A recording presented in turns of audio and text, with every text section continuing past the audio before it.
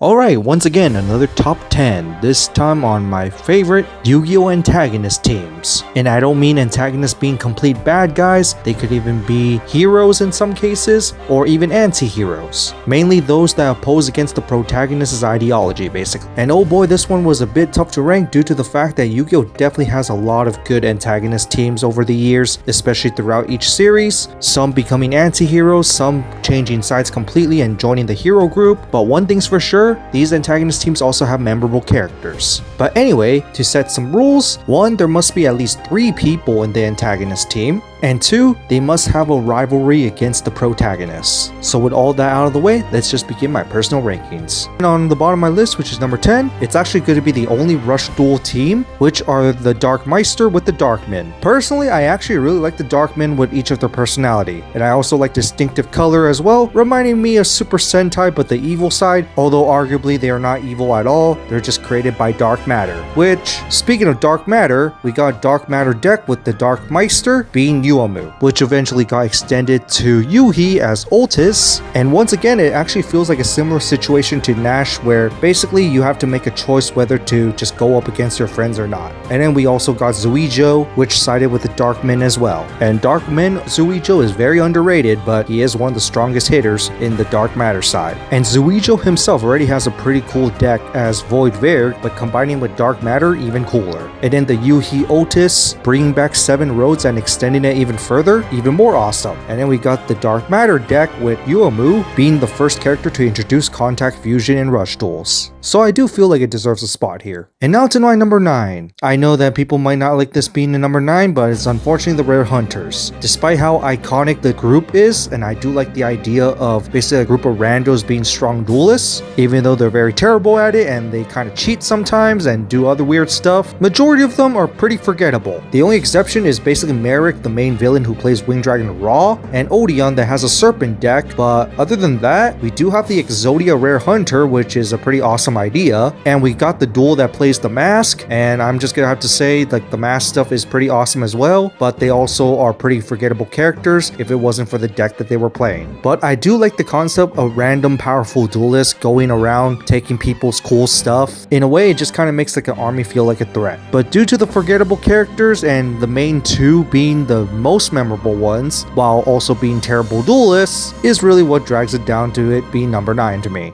And now to number 8, the Society of Light, with Dio Sayo or Sartorius as the leader. Basically a brainwashed group of cultists of a academy, which does in a way make the team very dangerous, especially since some of the top members of the society are also the top students of the school. It's unfortunate what they did to Bastion though, but having some of the top students take down a bunch of students actually make this society feel threatening, mainly through Alexis and Chaz. And them as Society of Light members kind of worked out pretty well. And then there's also Edo or Aster, which was before them. Of course, being the protagonist early on actually makes the faction already feel threatening before he defected. But I really love the Destiny Hero deck as he's basically the polar opposite to the main protagonist here. And then there's of course Sayo or Sartorius with Arcano Force with a very interesting concept of a deck being fortune cards. But what drags this team down for me is that it's mostly a bunch of brainwashed people, especially when they're mostly students. But in that, the team does feel threatening and very memorable to me. And into my number 7, it's gonna be Lightning's team. There's no official group name for this one, so I'm just gonna call it Lightning's team, and I'm just gonna have to say, other than Lightning, the characters were just kind of fine, but they are kind of memorable in their own way. Other than Haru and Bit and Boot is just basically an army, while Haru just got thrown as basically the little brother of Bowman and an incomplete one as a second test run. And speaking of Bowman, he's the main controversial one basically. In the beginning, he was kind of one that was incomplete, and also because he keeps dueling Playmaker and losing, except during the time when he got complete, he ended it in a draw even though he could have beaten Playmaker right there. And by then, I felt like Bowman should have actually won and actually feel more like a threat and actually have more character to him. Although he did beat Blue Maiden and Soul Burner, which are both interesting feats, and he became the final boss in the season. with the first Link 5 and the Hydra Drive deck, which is actually pretty awesome. And I still hope that these do get printed because playing God, and he's also the closest thing being the Divine Ignis, which is part of the reason why this team is on the list as well. And then there's Windy, even though he's been reprogrammed into a crazy maniac, I actually kind of like it, although I really wish that they did more with him. Now Lightning, on the other hand, very manipulative on the side. I really like Lightning as a villain, and his final duel, despite people not really liking the result, actually works because he's all about survival.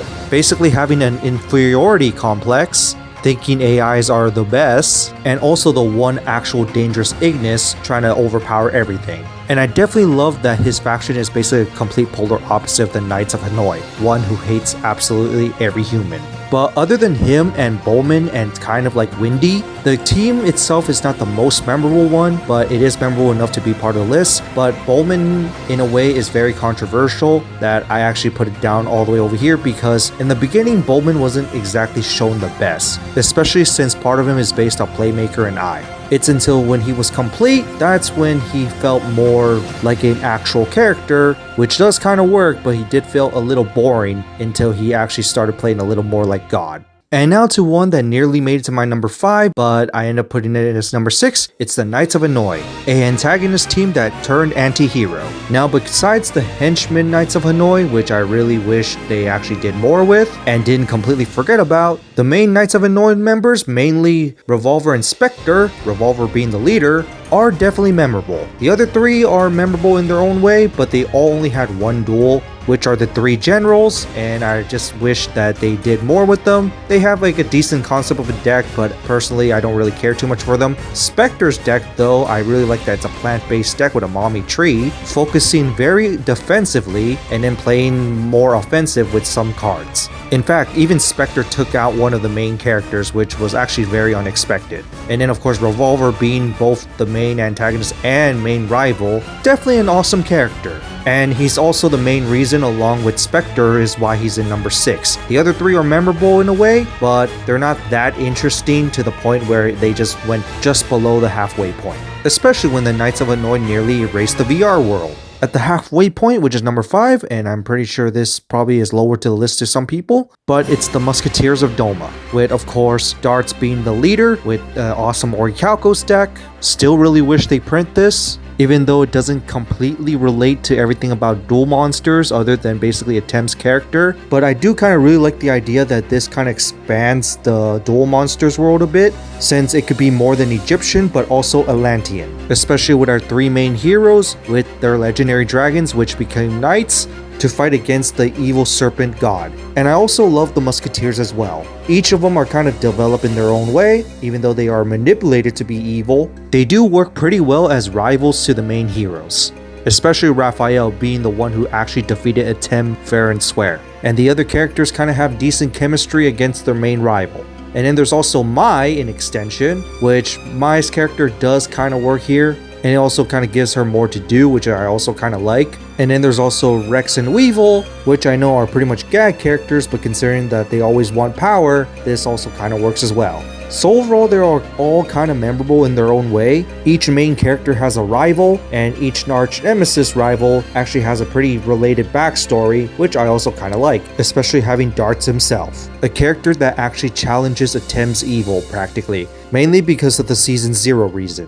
And now to my number 4, the Iliaster's 4 stars, which also includes the 3 pure nobles or the 3 emperors, due to them being 3 separate components of one of the characters being Aporia, with the big final boss Zone and a movie villain of Bonds Beyond Time being Paradox, and Yusei's teacher of Excel Synchro, Antinomy. And I have to say, despite all of them having different characteristics in a way, all share pretty much a similar goal, saving their apocalyptic future because that's where they came from, with Zone being the leader looking like Yusei, which I really think that should have been Yusei from the future instead, because I think that would have been a better twist. But overall, each character is kind of likable in their own way, and it's kind of tragic that they all come from the future, where humanity is practically genocide. So we start off with the 3 pure nobles, or the 3 emperors. Each of them were kind of fun on their own, especially since each of them represent each part of Aporia's life, with each of them having their own Mech Lord Emperor Ace monster, and then when they all become one,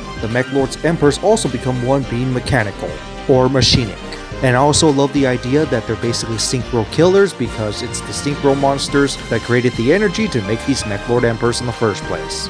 And then there's a Paradox, which is a time traveler. Funny how a movie villain is actually canon to the timeline, with a pretty unique deck having corrupted forms of every characters of the past at that point. With of course his own aces, with his ultimate monster being the Truth Dragon, although I really wish that he also did Fusion Summon at the time as well, just so he had all methods because he's from the future. And then there's Antinomy or Bruno, which is supposed to keep watch over Team 5Ds, mostly Yusei, to help him grow and hopefully be able to change the future as well. And basically used as a final test for Yusei, especially it's very fitting as well because Antinomy from the future was inspired by Yusei. And speaking of Antinomy, I really love his Tech Genius deck. Learn to increase the speed and thus excel synchro. And then there's Zone, which is pretty much the same reason, but he also turned himself into Yusei and even tried to save his timeline, but it didn't work out and thus he nearly gave up as he watched everyone get genocided. Thus his motivations of going to the past to change the future is kind of somewhat agreeable with an awesome Time Lord deck. Very fitting because it's based on a tree that is very godmighty. So overall, one of my favorite antagonist team. I really like each of the characters practically, but just in my opinion, not as cool as the next one. And now to my number 3, the Tron family, which also include the Arc-like brothers, and I really love each of the characters here. With each of their decks pretty memorable except for V, or 5, or Quentin, if you're going by the dub, but he does have a memorable ace monster, that being Dyson Sphere, a monster bigger than the sun, basically a satellite sun. And then as for the other two brothers, 3 or Trey is pretty memorable with his chronomalies, and of course the best Arc-like brother is definitely 4 or Quattro, with gimmick puppets with 3 aces that are all numbers and they all have chaos forms themselves. And there's also Tron being the biggest villain of season 1, even though he's not the final boss, he is practically one of the biggest villains of the first season, and Tron was definitely one of the best characters in the show, defeating the main rival Kaito, which Yuma hasn't defeated at that point, with his heroic beast that is all about stealing identity, making his ultimate number being 69, created through anger and basically just even more devastating. And unfortunately he never summoned his own chaos version of 69, even though there is a chaos version of it, but he's just so memorable that he just doesn't really give a damn. Once again, it's another villain that is all about revenge, but he doesn't care who he hurts, he will hurt anyone just to get his revenge. And the Arc-like brothers, his sons, are just following him just because it's his dad. While yes, they also went through the suffering for the loss of their dad, so it is partially for revenge as well, but they all also been used, so at the same time, they did not exactly like being used, which also develops some interesting character perspective on how they think about their dad as well. Especially when you can say they're not completely bad guys either. In fact, they all became heroes after this season. And they all have memorable Chaos Evolve forms as well, with their awesome rank up magic, which at the time is a human made up rank up magic, which I also love. So overall, one of the best antagonist teams that developed over time. And now to my number 2, very close to my number 1, but not as memorable to my number 1 in my opinion, which are the Dark Signers. Each character in their own way is kind of memorable, and of course each one of them has a rivalry with a signer. The one that is least memorable is of course Divac, the one who plays the monkey. Wish that character got developed more, even if it's like a mysterious thing. Don't know why that they didn't really do much with him, other than his rival being the most disrespected main character that I've seen.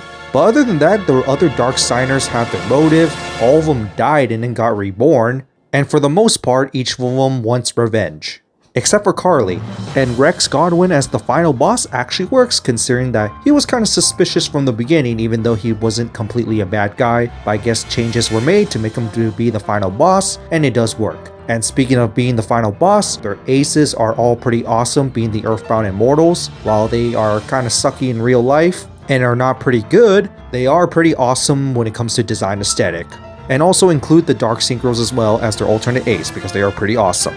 And besides the main Dark Signer group, let's not forget Grinder or Bomber, the later addition that played the whale and is just basically going revenge against Rex. If only they made the Crimson Devil the actual final boss, or the King of the Netherworld, but when it comes to character-wise, they're all pretty awesome and memorable, especially the design aesthetic of their aces. And now before I go to my number 1, honorable mentions. So first off, Arc 5 Academia. I don't entirely know how to feel about this one other than it's actually an awesome idea where you have a bunch of school students becoming an army. It's just too bad most of the elite students all play an ancient gear deck that just feel boring and it's dog related. And pretty much a bunch of defectors. So we do have a lot of memorable characters when it comes to academia, like Leo being the leader, with a cool deck being Spirit Tech Force. It's just too bad he dueled once and he was a terrible villain at the end.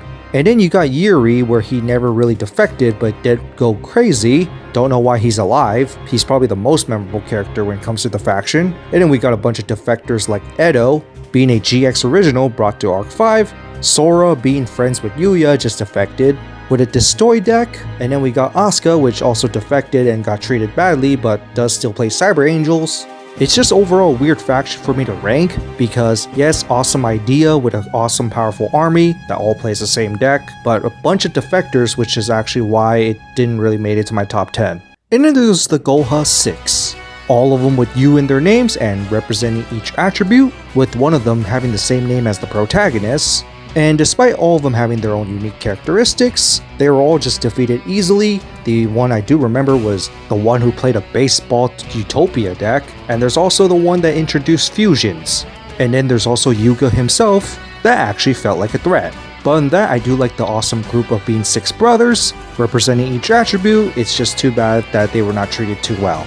And finally, to my number 1. This one is my personal favorite team of all times when it comes to Yu-Gi-Oh! Anime so far, and it's the Baryon Emperors. Each of the characters are memorable in their own way, with awesome backstories and all pretty dark actually, Vector being the one with the most messed up one along with Nash technically, which also includes Mirag, and in Wei Dorbei, while all the other emperors just got cursed by Dawn Thousand, which led them into tragedy and got reborn as Baryon Emperors. And each of them were just likable characters on their own, and their aces were just awesome, being over 100 numbers, with all evolved forms as Chaos over 100 numbers. And then when they all fuse to become one, we get the Baryon Hope, which is their final ace monster combined, which is actually really rare for an Antagonist group. An Antagonist group using the power of friendship, which I absolutely love, especially since being Chaos, this is not even the aggressor group. In fact, the good guys were actually part of the aggressor group, which also makes a very unique role when it came to Nash overall, because Nash being the Baryon leader, but also needing to face the fact that he has to fight his own best friend is just a bit dark and sad, and especially his past life is also very dark, which also connects to Mirag and Vector, and especially Vector with the crazy stuff, and been driven to insanity is just insane. I also love Misael with the dragons. Overall, just all memorable characters, even though some get better treated than others, all of them were pretty well developed, which is why I actually put this as my number 1. And so that's it for this rankings on my personal favorite top 10 of Yu-Gi-Oh! Antagonist teams, from Duel Monsters all the way to Go Rush. And I will have to say this was a bit of a tough list to make considering that there are so many teams I like, and definitely memorable in their own way. And of course, the most common way that the team gets memorable is definitely the members in the team, especially the henchmen. Some of them make a good team all together, and some of them are just very terrible that they end up in betrayal. But overall, these are the ones that I personally like and the ones I remember the most, so you can always have yours. And also, a good number of them do come with a final big boss monster. But on that, that's it for this, and see you next time.